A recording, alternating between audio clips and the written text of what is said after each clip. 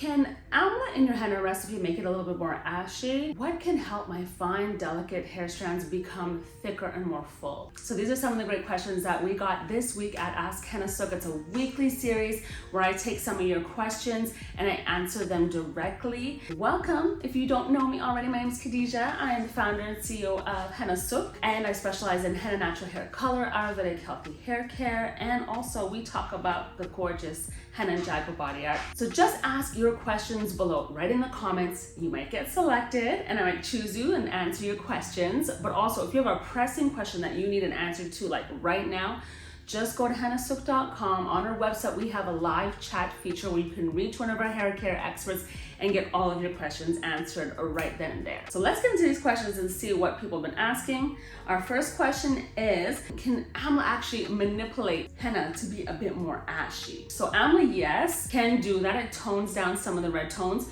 Especially I've seen that work really nicely with cassia and getting like an ashy blonde tone. That works really nicely, but amla is definitely good at controlling some of that tone, so you could definitely use it if that's your focus in your color results. Next question is, do your products help fine hair become thicker? I have horrible hair that doesn't do anything and I'm stuck with a pixie cut. So I got an herb that you are going to absolutely love, Ziziphus. And many of you have not even heard about this herb as yet. I don't know why, because it's such a great herb for fine, delicate hair strands. And we've had it at Hennasooq for years now. It's such a great herb because it's so voluminous. It just gives your strands like that thickness naturally. We have a Ziziphus hair mask, we have a Ziziphus hair wash, and we even have a Ziziphus powder that you can use in so many different ways. Our next question is, I am struggling with dry scalp, but not dandruff. I've tried many things that don't work. In your opinion, what product should I use for truly dry scalp? I have fine hair and I'm allergic to essential oils. Allergic to essential oils, that's a lot of oils that you cannot use. Are you sure it's like a wide range of like every single essential oil? Because there's so many different kinds. There are like hundreds of different kinds of essential oils. That would mean a lot of plants. It means you would be allergic to a lot of things.